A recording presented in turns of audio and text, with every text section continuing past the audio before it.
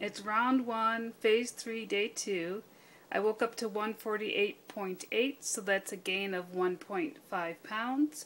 And I think it's a combination of time of the month and just adding too many fats at once. So I ratcheted back 400 calories off of my plan for today, and this is what I have.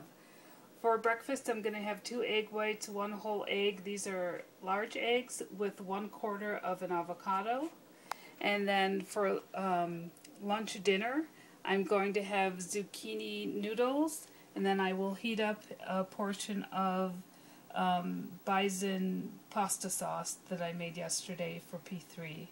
And I also made blueberry juice. It's blueberries, water, and turmeric powder. And I am adding mac nuts today. That's 10 grams of mac nuts and 1 peach. So that's a peach cobbler. It has pumpkin pie spice and some water. So that is phase 3, day 2. That's my food. It's about 800 and I can't see it, but it's a little over 800 calories. That's my food for today. I will see everyone tomorrow. Thanks for watching.